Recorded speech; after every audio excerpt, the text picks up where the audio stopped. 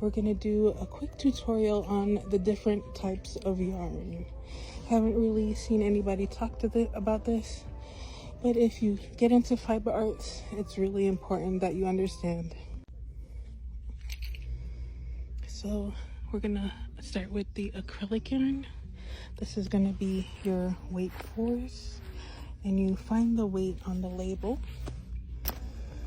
like right here. That's the weight.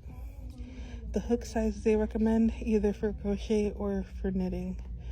So weight 4 is going to be for your garments, for your tufting, and for your punch needle. Weight 4 is the best. And of course you can also make amigurumi with it. It'll just be small. Weight 4 also comes in 100% cotton. This is acrylic, and they have acrylic blends. This is the other side of the aisle.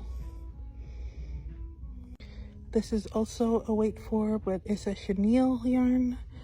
This would be good for blankets, amigurumi. You can also use this for tufting and punch needle. And again, it shows you the recommended hook and needles for either crochet or knitting. Here is weight 3. Again, garments, socks, and punch needle, and you could use it for tufting, but it might break a little bit easier if it's a weight 3. I would stick with a weight 4 for tufting. This is a jumbo weight 7.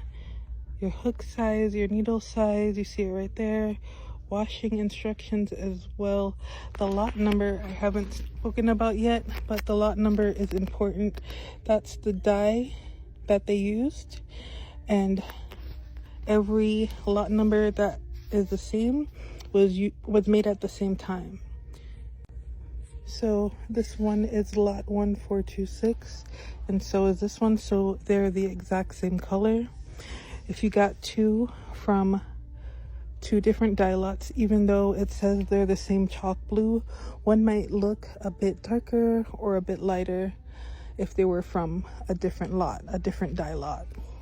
So again, these are a weight 7. These are good for blankets and larger amigurumi. And when you're making amigurumi, when you look at the hook size on here, you want to go down at least 1 hook size. And as you get more proficient, you'll know what hook size to use with what size yarns. These smaller skeins are cotton. Cotton always comes in smaller skeins for some reason, and they're good for garments, amigurumi. You can really make anything with whichever yarn you want.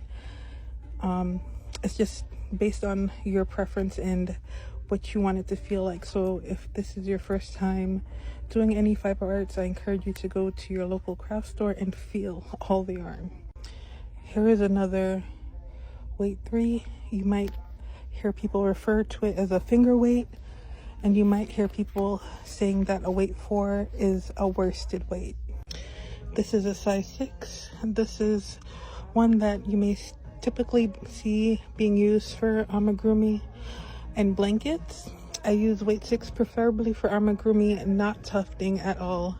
It's a bit too thick. You can try and it might work, but it might also break your tufting gun, so be aware. For punch needle, it might be too big for your needle. I would stick to a 4 or 5 if you're punch needling or tufting, but for crochet or knit, you can use any weight you want. Weight 6, if you're doing amigurumi, is the best to at least start with, in my opinion.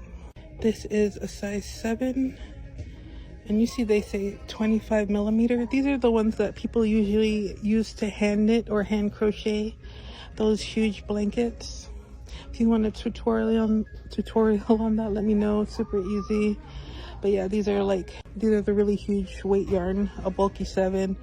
They're not big. It looks like a big skein, but there really isn't that much yarn in here. And then you have your embroidery thread. Of course, you can use it for embroidery, or you can use it to crochet micro amigurumi, and you can also use it to punch needle.